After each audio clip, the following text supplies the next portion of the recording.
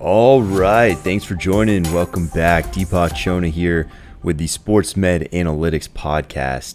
Now, again, we're going to be talking all season long, so make sure you hit us up on Instagram, TikTok, Twitter, and YouTube. Hit up Sports Med Analytics, all one word, and let us know what you want to hear about. Today, we're talking first round running backs. Christian McCaffrey to start out with. Is he injury prone? He's of course missed significant time the last 2 years, but to answer that question, we have to look at the injury history and the playing style together.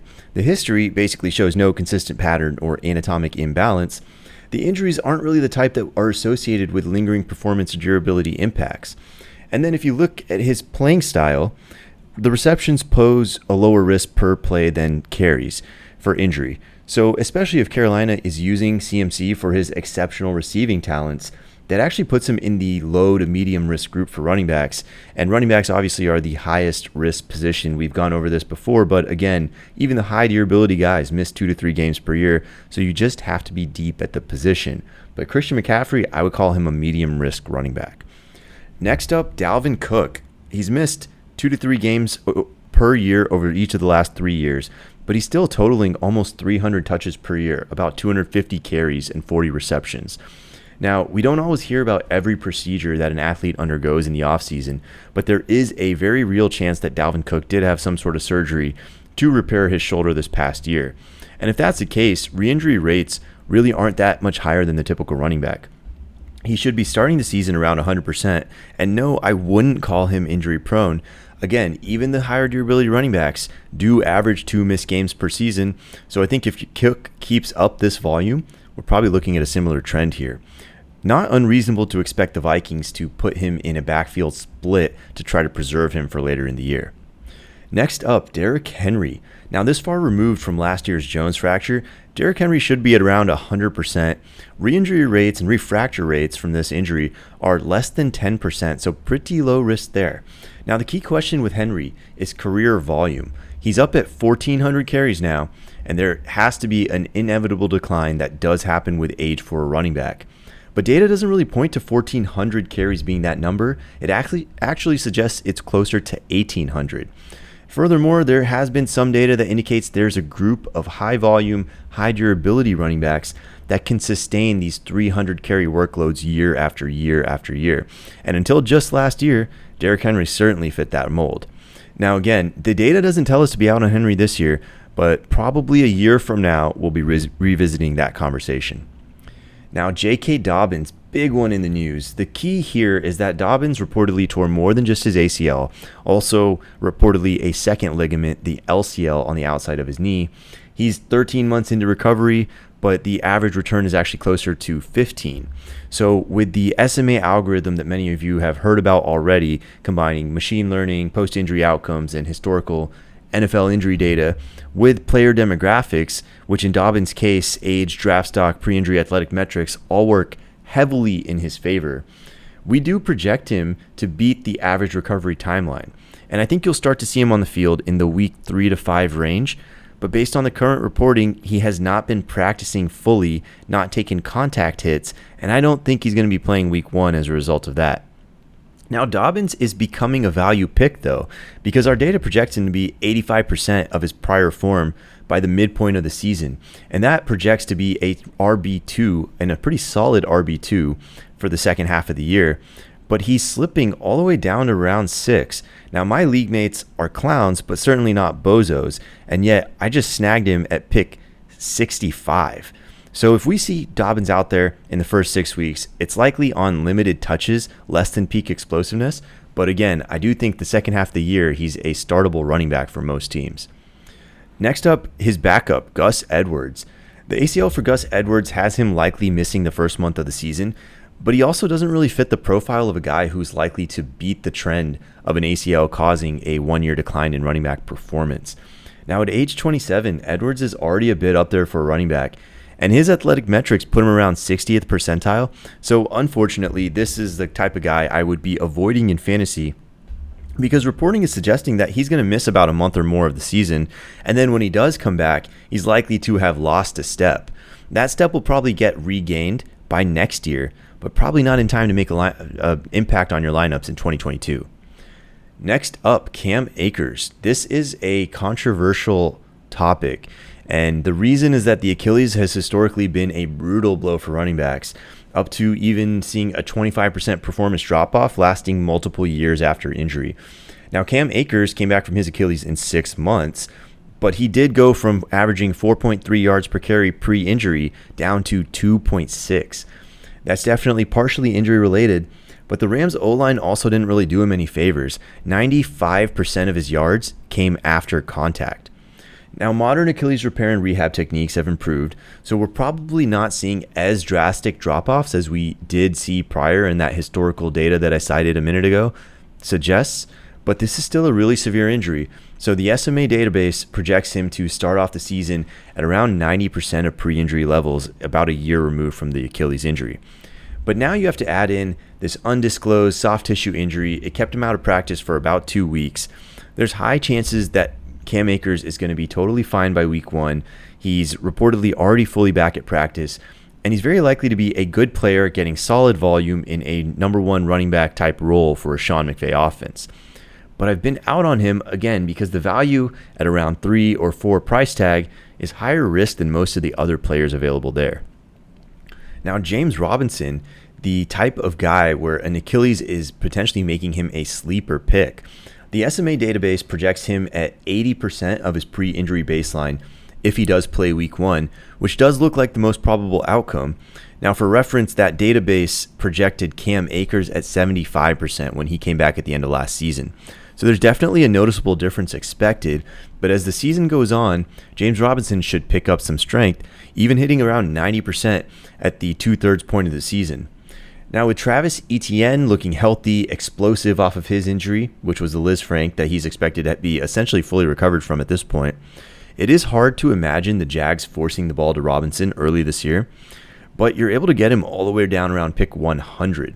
So I think he's worth that cost, but I definitely would not be banking on him to start in my lineup early on. Kenneth Walker III, next up, rookie running back for the Seattle Seahawks.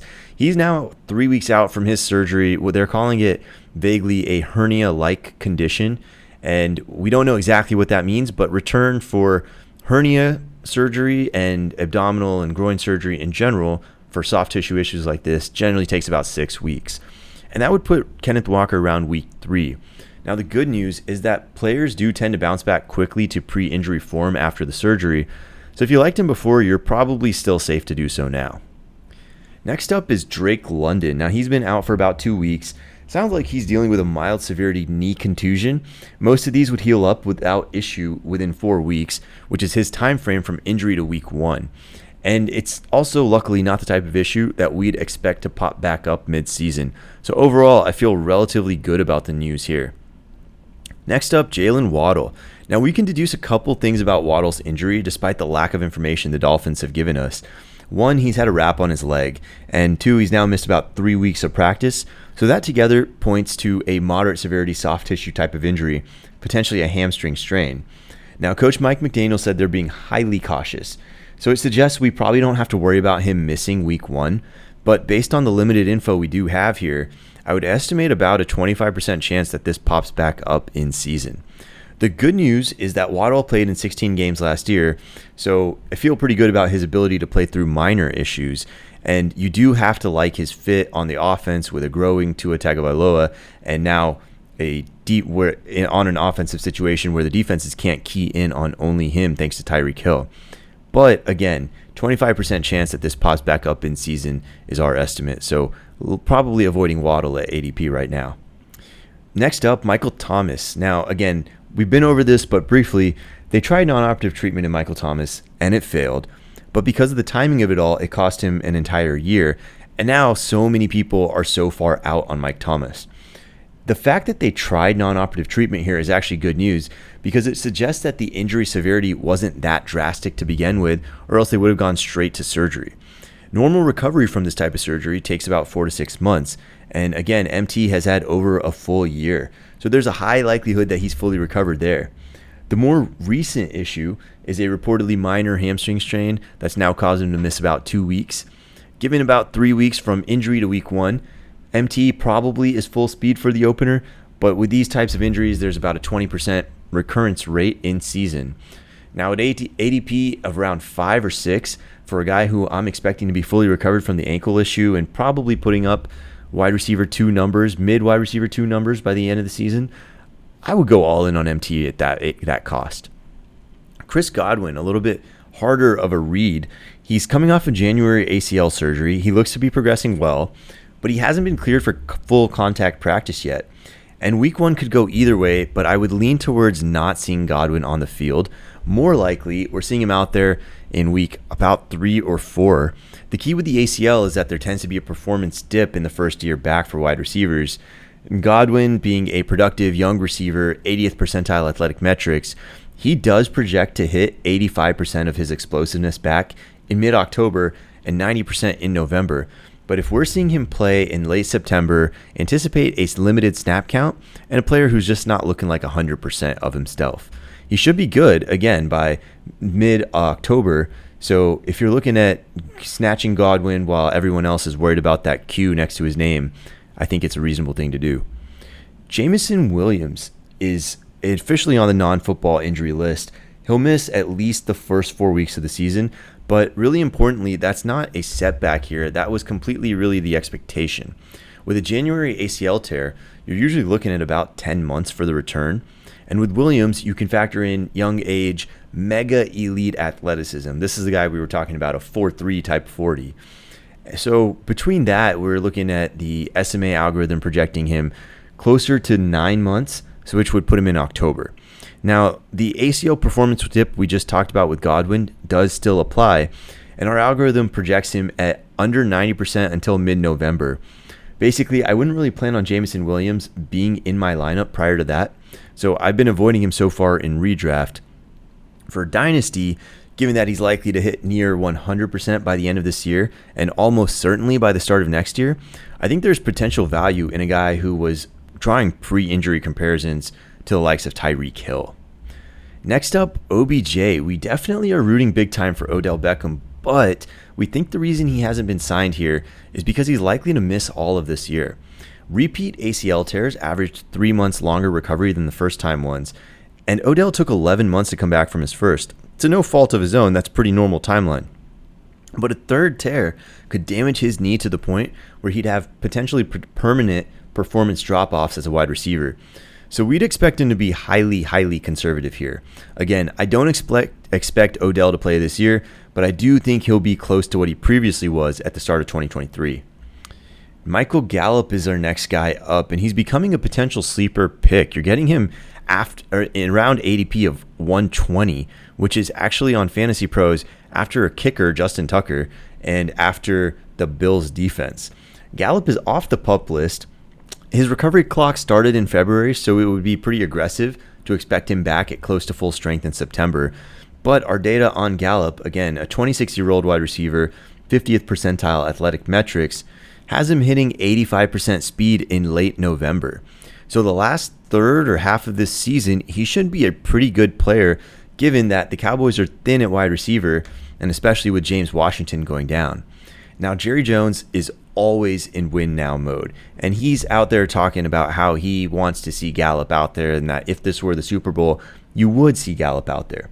And I do think you'll see Gallup out there around week 4 or so, but I think it'll be on a limited snap count, and probably data suggests less than full explosiveness. Again, like the talent, love the fit as the Cowboys wide receiver 2 with a good quarterback, but just the injury timing makes him dicey for this season.